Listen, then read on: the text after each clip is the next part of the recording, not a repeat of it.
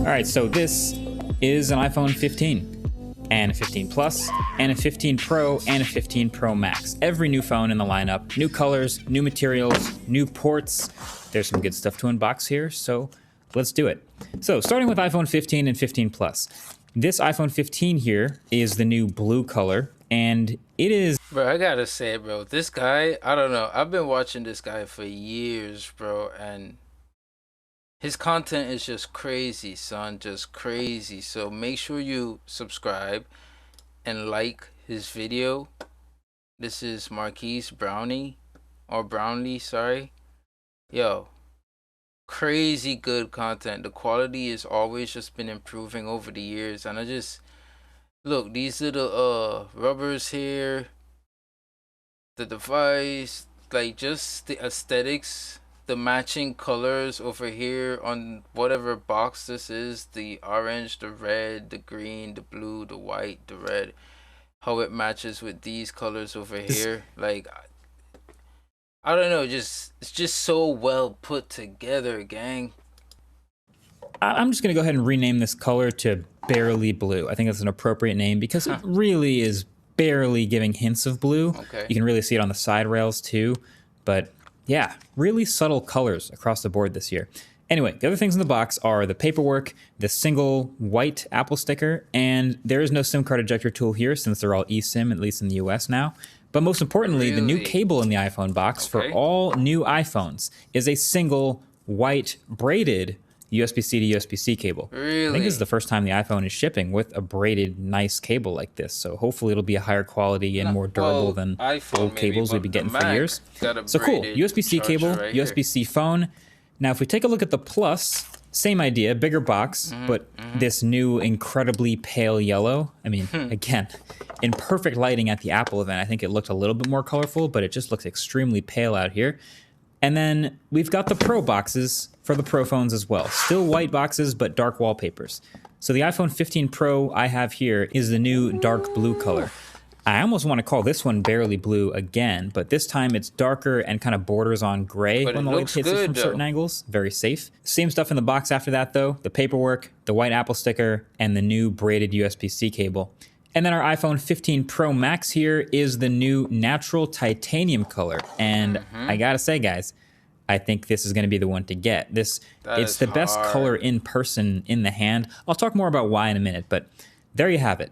The slightly new unboxing experience on iPhone 15s and 15 Pros. So by the time you see this, I've been testing these phones for about 6 days now.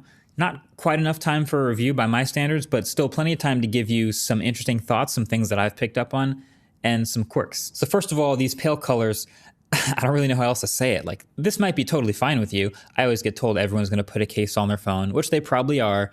But hey, Apple did spend a ton of time and money making this new softer touch satin finish on the back, and some of us will carry our phones around with no case. So it's worth mentioning. For the Pro phones, there's actually an extra layer of interesting though, because they've switched that rail material, the part that you actually touch on the outside, from shiny stainless steel to brushed titanium. We've all heard about how much lighter it is, and it's something like 10% lighter, which is enough for me to notice and enjoy. But the other thing is, I thought the brushed finish would sort of eliminate fingerprints on the sides. Absolutely not. I was wrong about that. I mean, it's not as bad as stainless steel, but especially on these darker colors like the black or this blue, you can totally see fingerprints and sort of where your hand oils are marking up the sides of the phone. Like, you see in this critique, this review, like how many people out there who does phone unboxing reviews talk about the fingerprints on the side of the frames? I don't know, bro, like, this dude just be going in detail. The aesthetics be like perfect, bro. Like this studio, whatever this setup is, nice. And then on top of that, this is not anodized like aluminum might be. This is the new PVD coating they talked about on stage. And it's only been a week here for me. And so I don't know exactly how well this will hold up over time. But what I do know is if you get a scratch deep enough into this coating, it's got to be the natural titanium color underneath, which is very light. And so that might look rough if you drop this phone with no case and get like a big gash on your dark colored phone and have light marks all over it. All of that to say, I do really think that this natural titanium or the light is going to be the better color to get on the Pros this year. Okay, some things I've noticed in my first week. So first of all, on the Pro, the bezels are technically a little bit thinner, which makes the bias a little smaller. So sick. But you really don't notice that much after a few minutes. What you do notice more actually visually is the slightly softer curves all the way around these phones. Seriously, on the 15 and 15 Pro. Because on the 14, it was so square. Like it just went straight to the edge with a flat display, and then it dropped right into the rail at 90 degrees. On these new phones, the edge of the front glass actually has a little bit of curve at the very edges. So it's a softer curve into the rail. Then the rail itself has softer curves than the totally sharp corners from last year. So I think it's a nice hybrid of making it just more comfortable in the hand with these curves, but still keeping the generally boxy look. But wouldn't that give it a more like for people who are very fragile or hold things slightly, you know, wouldn't that fall out your hand easier? I don't know. Let's continue.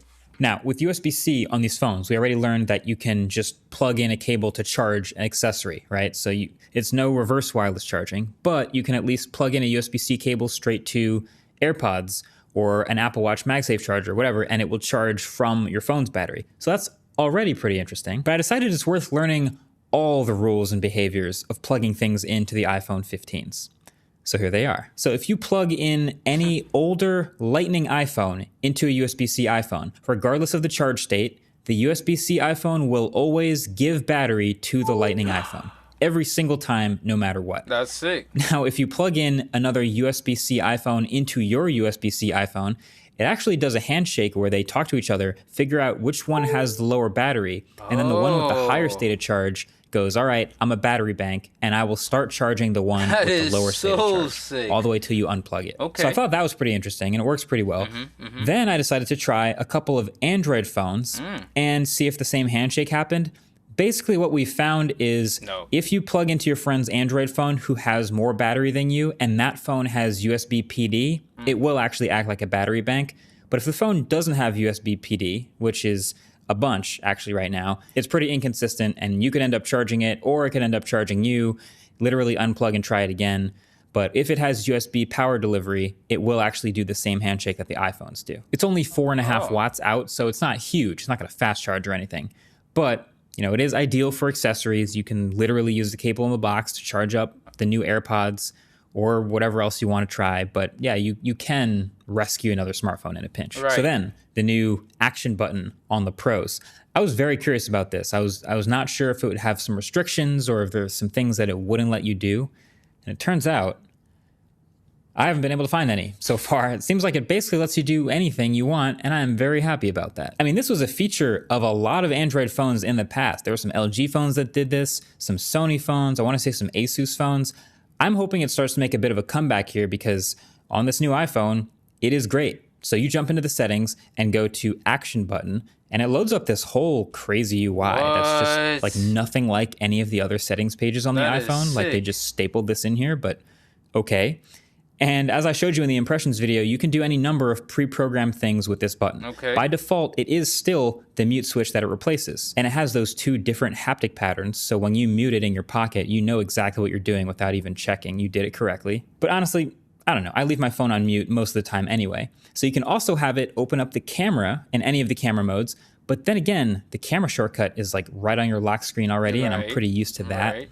Same thing with the flashlight. You could do that, but it's also already on everyone's lock screen. That is true. I like the voice memo trigger. It's actually pretty convenient because it immediately starts recording when you press and hold the button. But my favorite, by a mile, is the Siri shortcuts function because it basically lets you do anything else. You can have it, you can stack up a bunch of different functions that are like location dependent, or you can have it call a certain contact or do certain things, or if you just want to literally open any app on your phone with zero lag. So it could be your to-do list app or your calendar app or just open YouTube with any one button press, whatever you want. For me, I'm going to map my action button on my brand new iPhone to the Google Assistant, the best assistant available on the iPhone. Also, Apple, if you're listening, I also wish you could map a double press or a triple press of the action button to a new specific function. That would be in there. Just think about it. Also, I was kind of curious how that way the one button you press once, you get one action. You double press, you get a different action. you triple press or long press, you get a third action. That would be so cool, bro. That would be so cool. I would probably use the voice memo, because you know, making music and whatnot, or like take it down any kind of memos real quick. You just click that, and then or go straight to notes. You know, yeah, I don't know. That's pretty sick. I like that. Cases would handle this new action button, so I asked channel sponsor Dbrand to send over their new ghost case, and I have it here. Personally, pretty solid. I think this matte black skeleton design looks sick, and yes, I can confirm that even with the case, the action button still feels nice and clicky. Now you might be thinking, all right, what's so special about this clear case? I've seen a million clear cases, and between the skeleton and MagSafe, there's a bunch of other stuff, but my favorite personally is, if you've ever owned a clear case before, you probably know that after a while it kind of ends up looking like this, just disgusting and yellow. But Dbrand has promised me that they've specifically engineered the ghost case to be impossible to yellow. And they use those words themselves. So they actually give you like a lifetime case replacement guarantee if it ever yellows. So that's either a real promise or free cases for life, the way I see it. Either way, if you're interested, I'll leave a link below the like button if you want to check it out. That's the Dbrand Ghost case. Now, I've also been taking some pictures and videos. Pause. I really like how he did that that brand sponsor. Now, this is not a breakdown of his video, but he really put together a really good video here. Like, you see how subtly he was like, I'm gonna just bring it back. He so subtly mentioned the sponsors.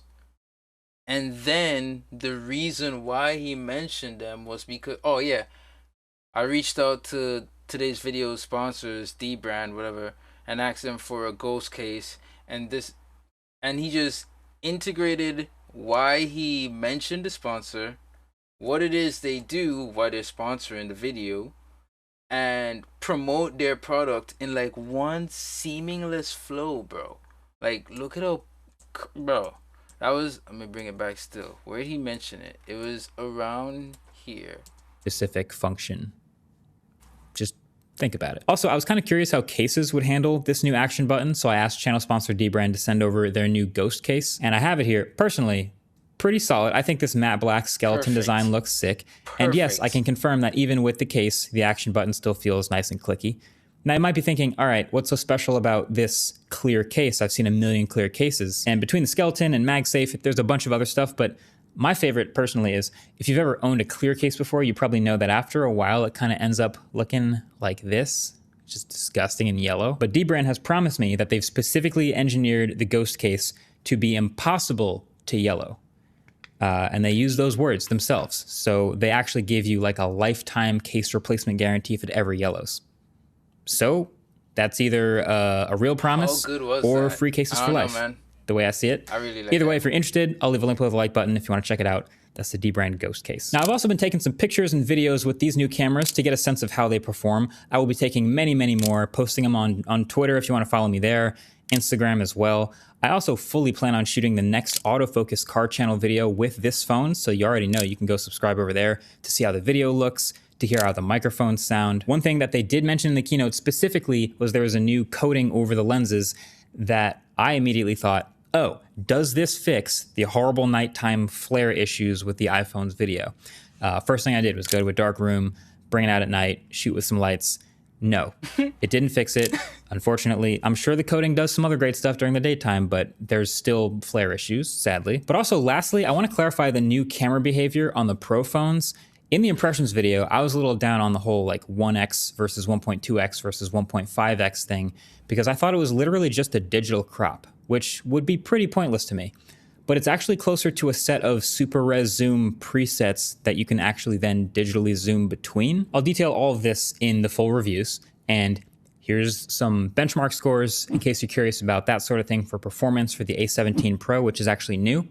But generally, I think that wraps up my second impressions, my second look now that I got them in the studio. Really, I feel like the base iPhone 15s, if you're thinking if you want to buy one of these or pre-order them, it's a bigger improvement than it seems on paper. Like, nothing is actually new here, but because it's bringing things from last year's Pro phone, it's actually a very solid phone. And then the Pro, it's a lot more interesting because there's some genuinely new stuff happening. I've seen new stuff with the cameras. Also, it seems like someone found out the batteries are slightly bigger across the board, which is good too. We'll see if that holds up. But generally, let me know what you want to see in the full reviews in the comment section below, because I'll be working on those. Pretty good. Thanks for watching today's video. Just a little, you know, I was checking this out. I saw the ad for, you know, this phone, the Apple official ad, and I was like, what an amazing ad. Just truly captivating. They changed their scenes like every 1 point something seconds to keep you entirely into and engaged. They had the whole storyline being told right there, from the meteorite starting out at the farthest edge of space, making its way to Earth, and I was like, huh, how interesting. And then boom, titanium, and I was like, what a simplistic yet beautiful ad. So when I saw that he did a reaction, or, you know, an unboxing to it, I had to do a reaction to his unboxing. But once again, thanks for watching today's video. As you can see, I'm working on NBA Youngboy. If you like my drawings, you can check me out over on Instagram, and you can find me on almost any other social media at Araine TJ. Thanks for watching again, and have a great day. All right, bye everyone.